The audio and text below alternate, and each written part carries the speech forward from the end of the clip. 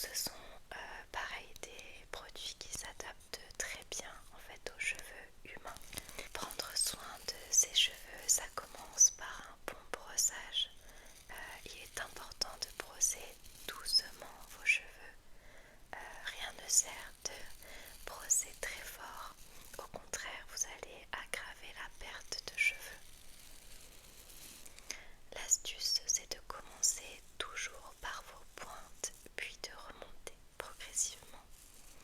Déjà, ce sera plus simple de démêler les nœuds et ensuite vous fragiliserez beaucoup moins vos cheveux. Donc entre les deux, je pense qu'on peut partir plutôt sur celle à poil de sanglier car vos cheveux sont peu emmêlés, donc on n'aura pas besoin de beaucoup d'efforts avec celle-ci. Ok, on peut commencer. Vous n'avez rien d'autre à faire que de vous détendre.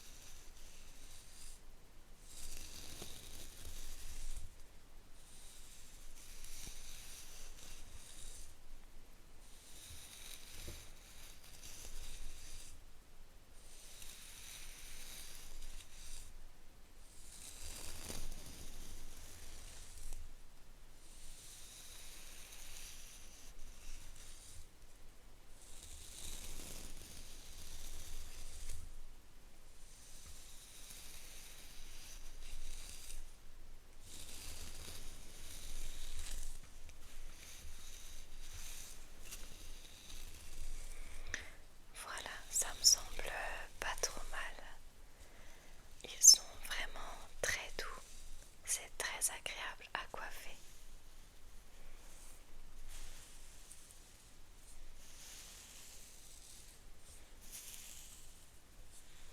Il n'y a plus aucun nœud.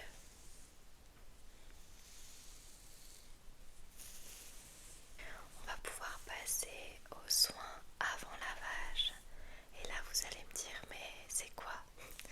En fait, c'est vrai que la plupart des gens ont l'habitude de faire des soins après le shampoing, comme des masques, des soins sans rinçage ou même encore de l'après-shampoing tout simplement. Et c'est un bon début, c'est même je dirais un incontournable. Mais de temps en temps, il peut être intéressant de faire des soins avant lavage. Donc c'est souvent à base d'huile. En tout cas nous, au salon, on utilise des mélanges d'huile végétale avec des bienfaits différents.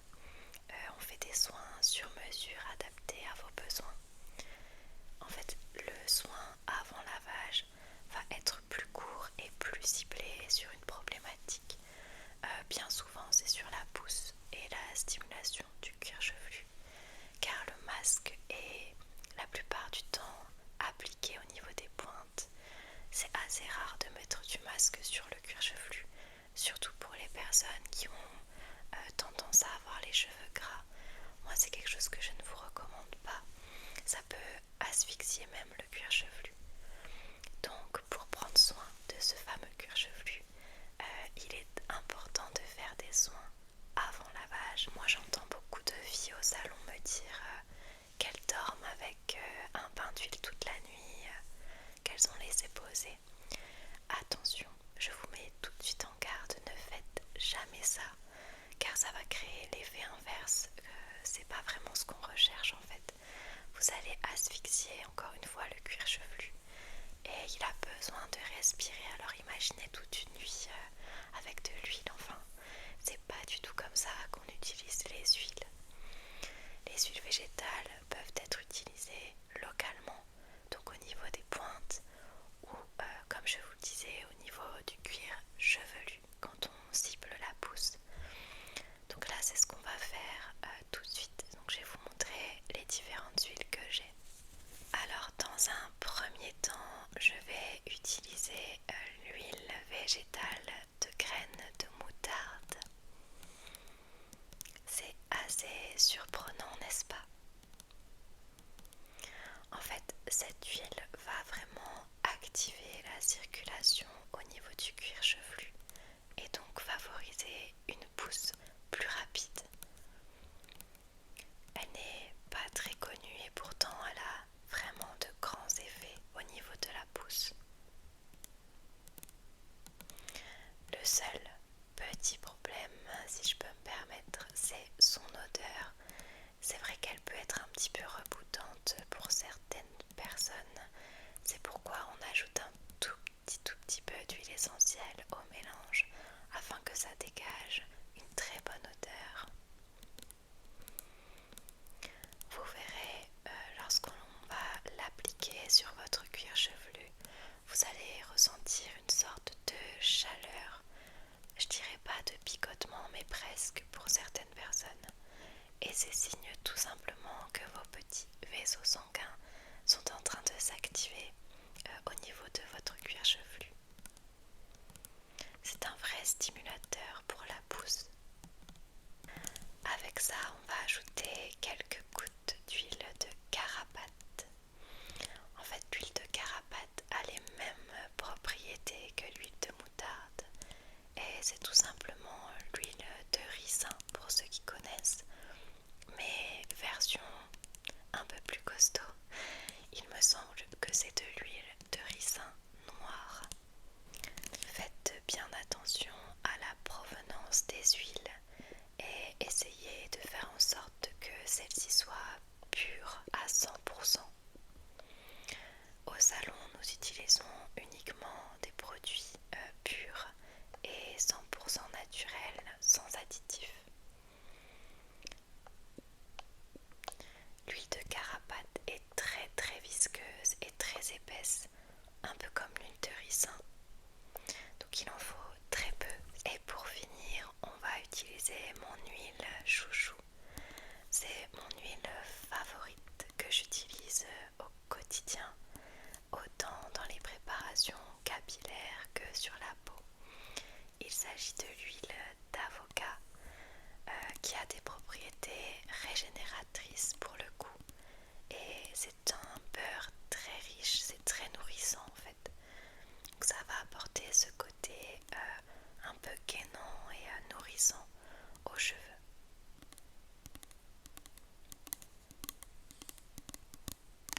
J'ai donc mis notre mélange dans un petit tube comme ceci, avec des petits picots,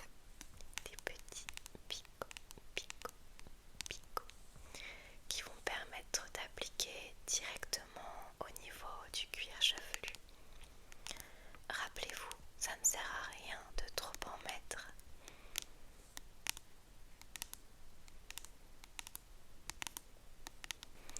Je vais donc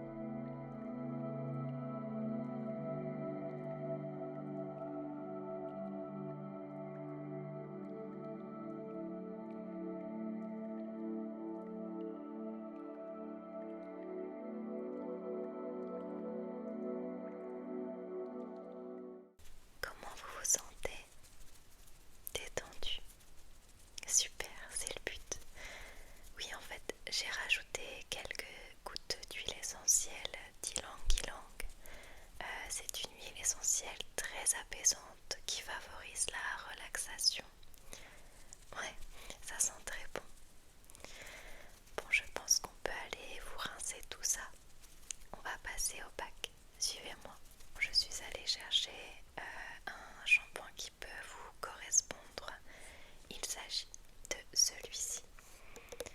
C'est un shampoing à base d'avoine idéal pour nourrir les cheveux un petit peu secs.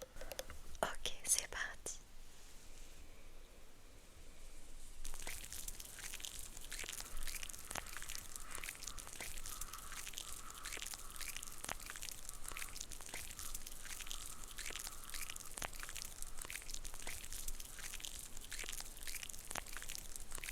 C'est parti pour le rinçage.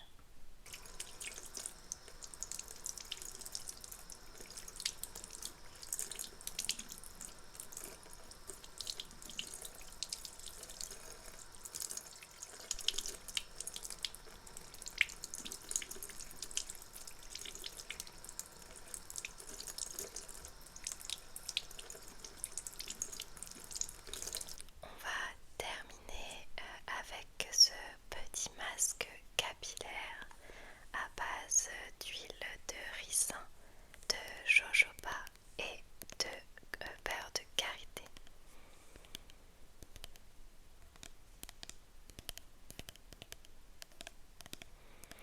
Il va permettre de démêler facilement vos cheveux.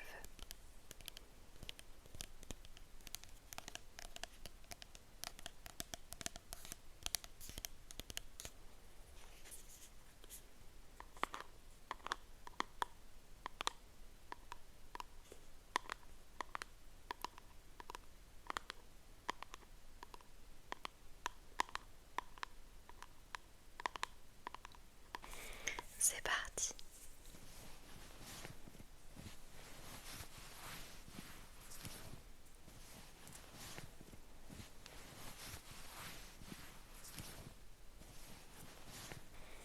Et on n'oublie pas surtout les pointes.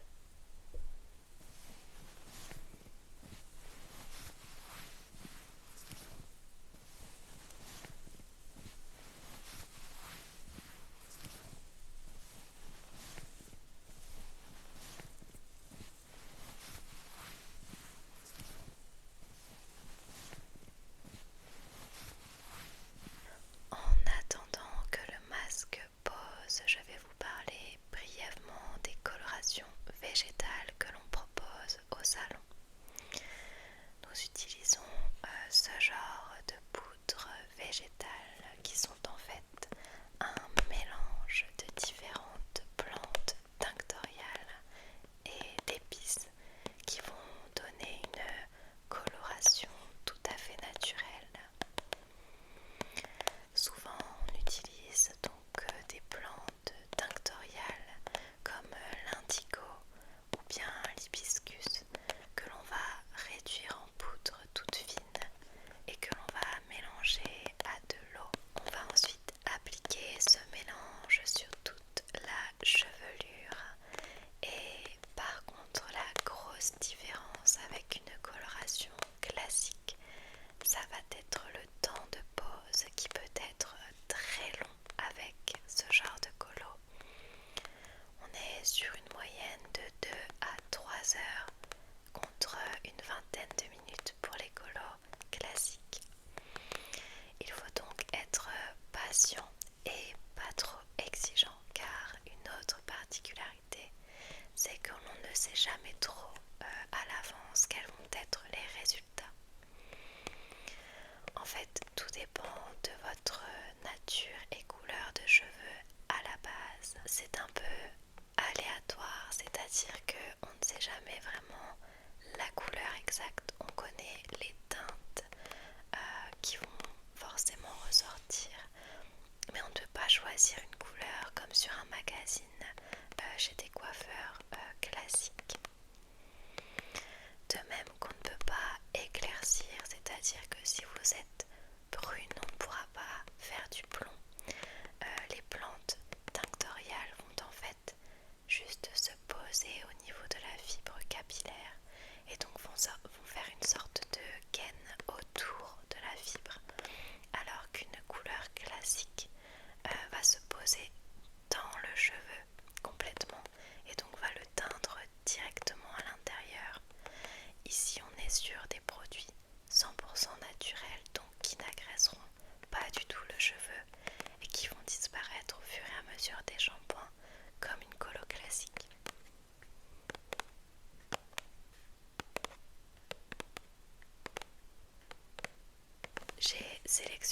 vous deux aînés différents avec des reflets différents qui pourraient peut-être vous plaire. Donc le premier est un henné auburn. On dit henné, en réalité c'est une coloration végétale, mais comme il y a du henné à l'intérieur, voilà, on va partir sur du henné. Donc c'est un mélange de plantes avec donc de l'hibiscus pour des reflets plutôt chauds, plutôt rouges. Voilà, ça va donner ce genre de teinte sur vos cheveux. Vous avez une base assez châtain foncé, donc ça va donner des reflets chauds. L'autre couleur que je peux vous proposer, c'est un châtain foncé qui se rapproche fortement de votre couleur actuelle. Celle-ci a des reflets plutôt froids.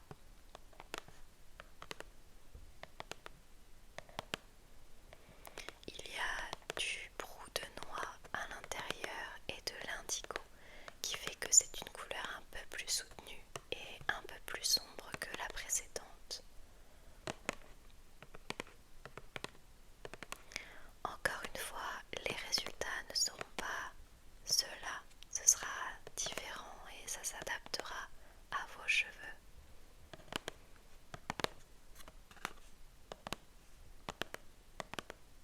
Vous partez plutôt sur du auburn ou sur du châtain foncé? Auburn ou châtain foncé? Ok, pour une première, c'est toujours mieux de partir sur quelque chose de simple, sans trop de reflets, pour voir déjà comment votre cheveu va s'habituer. Donc c'est un très bon choix.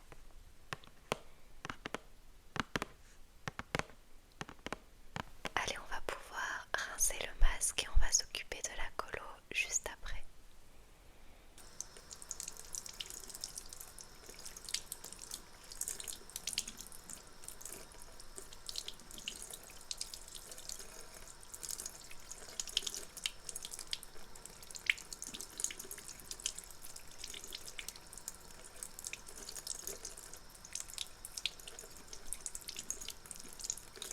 Je vais faire le mélange et je reviens tout de suite. Alors au salon, on préfère poser les colorations végétales sur les cheveux encore légèrement humides comme ceci. Je trouve que ça adhère beaucoup mieux, mais je sais que certains préfèrent sur cheveux secs, libre à chacun. C'est parti.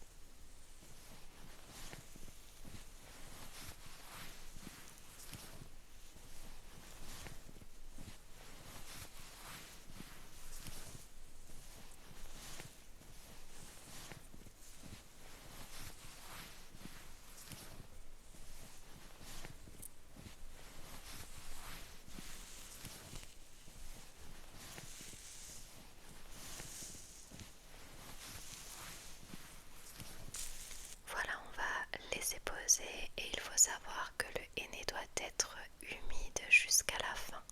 Donc ne pas hésiter à vaporiser un petit peu d'eau si jamais vous vous rendez compte que le henné est en train de sécher. Au salon, nous avons la chance d'avoir un équipement professionnel et c'est pour ça que l'on a une sorte d'appareil à vapeur. Donc on va vous placer juste en dessous, comme ceci. Voilà. Et en fait, la vapeur va permettre d'humidifier constamment pendant tout le temps de pose votre cuir chevelu et vos cheveux. Ainsi, les pigments vont mieux adhérer aux cheveux.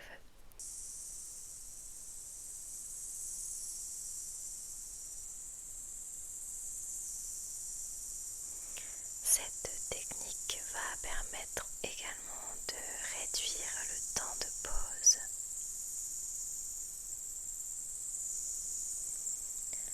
Je vous retrouve dans une petite heure. Je vous laisse avec une petite musique relaxante.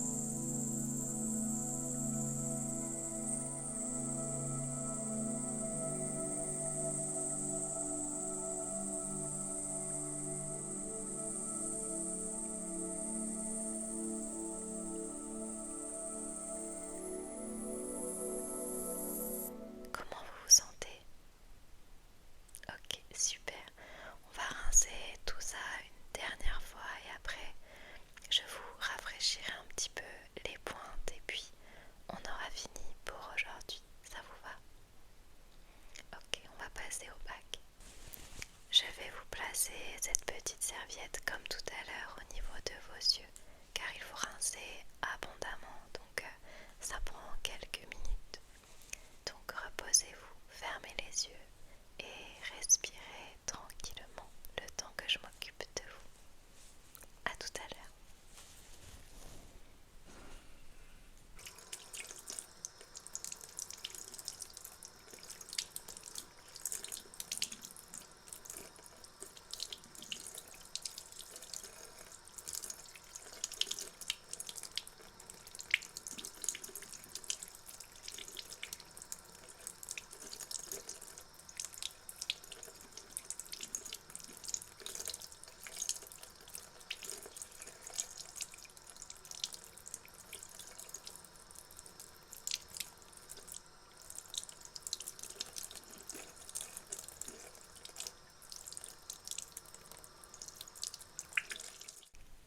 Et voilà, ça va.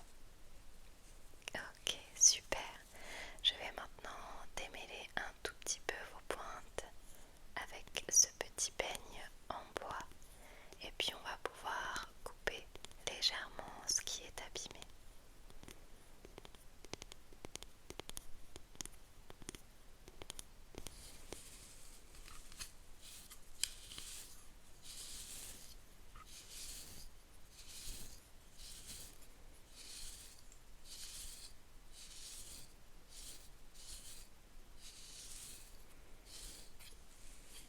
Comme ils ne sont pas trop abîmés, je vais couper uniquement les fourches en bas, à peu près comme ceci. Ça vous va? Ok, c'est parti.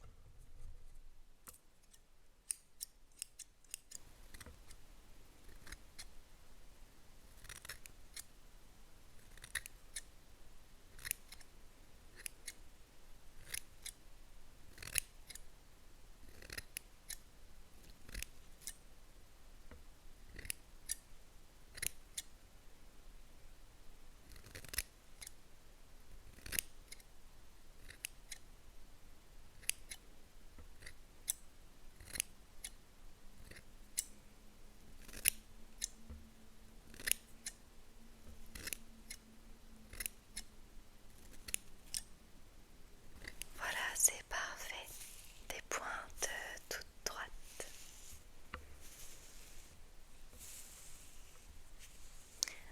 Voilà pour cette petite prestation découverte au salon. J'espère que ça vous aura plu. Moi je vous dis à très vite pour un prochain rendez-vous. En attendant, prenez bien soin de vous et